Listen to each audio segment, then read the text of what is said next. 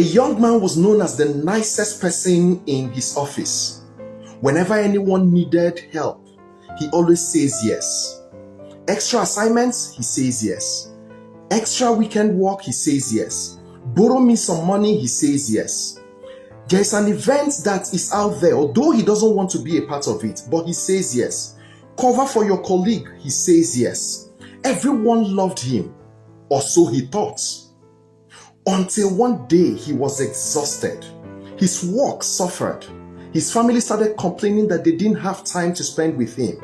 His health began to decline. And strangely, something happened. The same people that he's been saying yes to and bearing their burdens were not there to help him at any point. They simply moved on with their lives. Then he realized a painful lesson, that every yes costs you something. And if you're not careful, you will spend the rest of your life trying to pay for decisions that you did not intend to make, simply because you couldn't say no. This brings me to the topic of today's discussion, the power of no. Because sometimes the most important word in our life is not actually a yes, it's a no. For you to use no very well in your life, you will need to know these 3 facts about no.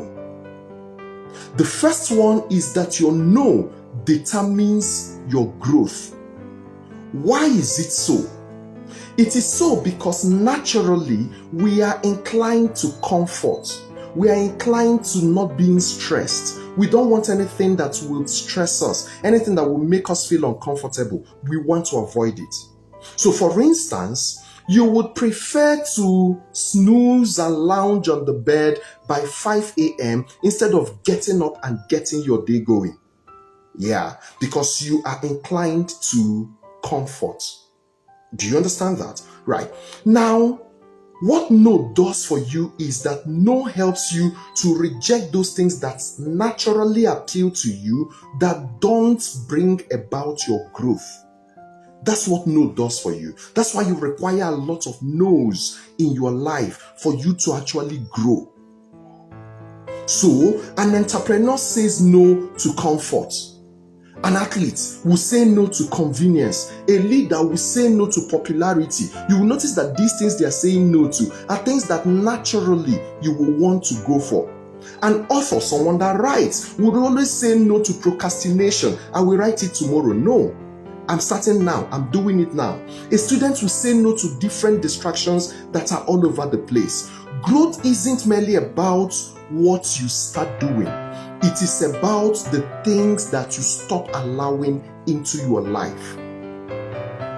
The quality of your life is hidden in the quality of your no's. I'll say that again. The quality of your life is hidden in the quality of the things that you refuse. That's where your quality is. The second fact that you must know is that for you to be able to say no to others out there, you must first of all learn to say no to yourself. Yes. Until you learn to say no to yourself, saying no to people out there will be super difficult. The first person that you should learn to say no to is yourself. Because saying no to pressure is the same thing as saying no to excuses. Before you're able to say no to manipulations from people out there, you must first of all learn to say no to the emotional reaction that is coming from within you. Before you learn to say no to the distractions that are out there, you must have to first of all say no to the impulsive reaction that comes from you.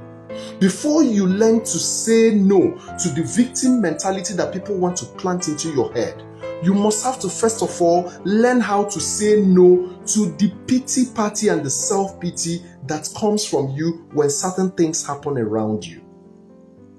This is where true discipline begins, because the hardest no you will ever say is the one you say to yourself. The third fact that you must learn before you're able to use no effectively is that the more no's you are able to say with your mouth, the more no's you are able to accept from people. The more no's you learn to say, the more no's you are able to accept.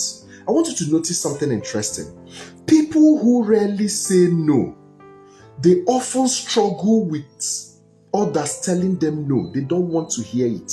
They take it personally. They become offended. They feel rejected.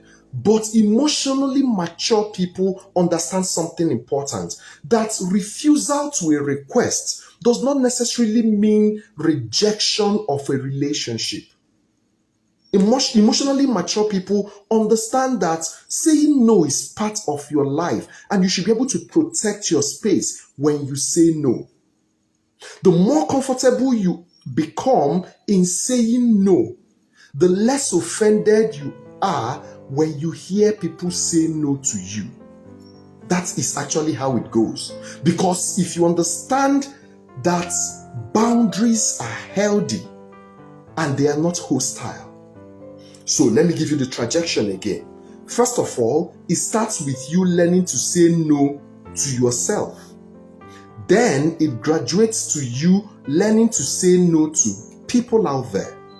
When you learn to say no to people out there, then it graduates to you learning to accept no from the people out there also.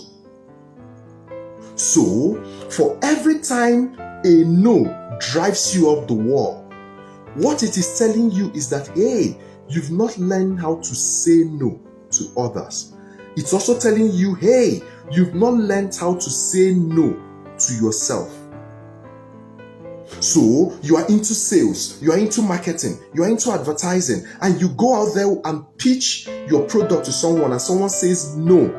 You go back sulking, you go back crying.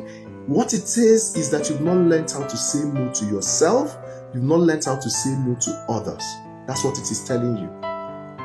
That girl you're asking out says no to you, and you feel like the world has ended. It's because you've not learned how to say no to yourself. You've not learned how to say no to others. So right now, I'm going to share with you 4 practical ways of saying no without causing a lot of damage for yourself. Because saying no is not aggressive. It requires a lot of wisdom. The first way to say no without causing damage is when you're saying no, remember to offer an alternative. So instead of simply saying no and ending it like that, it's like a hammer hitting someone. Why don't you say something like, no, I can't do that. Here is something that we can do. For example, I want us to go tomorrow morning by 8 a.m. I want us to go to somewhere. You know that it's going to inconvenience you. Why don't you say, no, why don't we make it by 12 noon? You've given an alternative to the person. Now, people feel respected when you provide an alternative and not just say no to them outrightly. The second way to say no without causing a lot of damage is by deferring the decision. You defer the decision because when you give an instant answer, most times it will hit so hard. But when you say, let me think about it, give me some time, let me sleep over it, or let me consult some people about this decision I'm about to make, then it helps you to buy some time. What do you do with that time? That time you buy will help you to look for an alternative when you now want to deliver the no. Right? It creates space for wisdom for you. And you must have to remember that urgency will always pressure people into saying yeses that they will regret tomorrow. The third way to say no without causing a lot of damage is for you to use the no sandwich. Right? The no sandwich simply says that you start your response with an appreciation, And then you give the refusal, that one that they don't want, put it in the middle. And then you now end it with clarity. For example, I appreciate that you want to offer me this opportunity, but unfortunately, I wouldn't have the capacity to take it right now. Maybe next time. Or a reassurance that says, yeah, even though I'm not able to go with you today, to travel with you today, rest assured that I am always there for you. I'm a call away for you to call me. Does that mean that if he calls tomorrow, it will not be an automatic yes? No, it is not yet an automatic yes. At that point, you can also find another way to say no, so that the day your yes comes, it is valued, right? So when you say it like that, it becomes simple, it becomes respectful, it becomes very clear. The fourth way of saying no without causing a lot of damage, both to yourself and to the person, is by avoiding over-explaining. Many of us have learned how to turn our no into courtroom defense. So we begin to explain, we begin to defend, we begin to justify, we begin to negotiate. And after some time of doing that, I'm sure you've noticed that you end up saying yes, no matter how reluctant.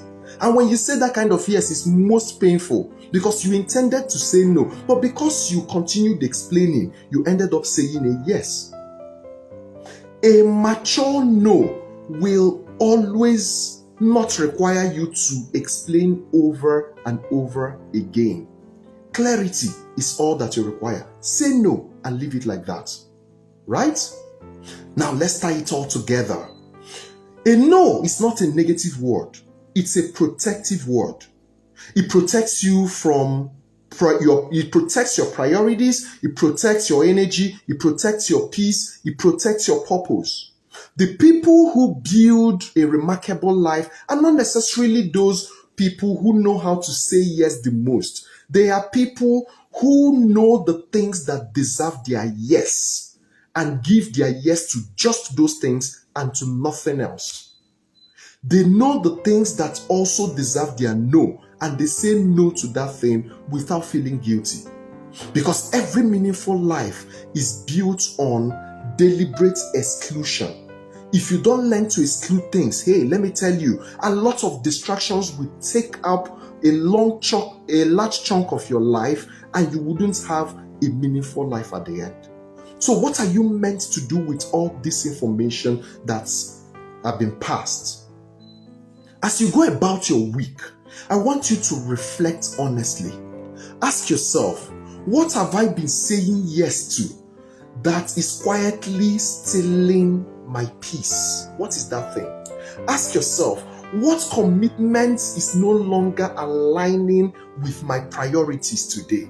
Ask yourself, what distraction needs a firm no from me?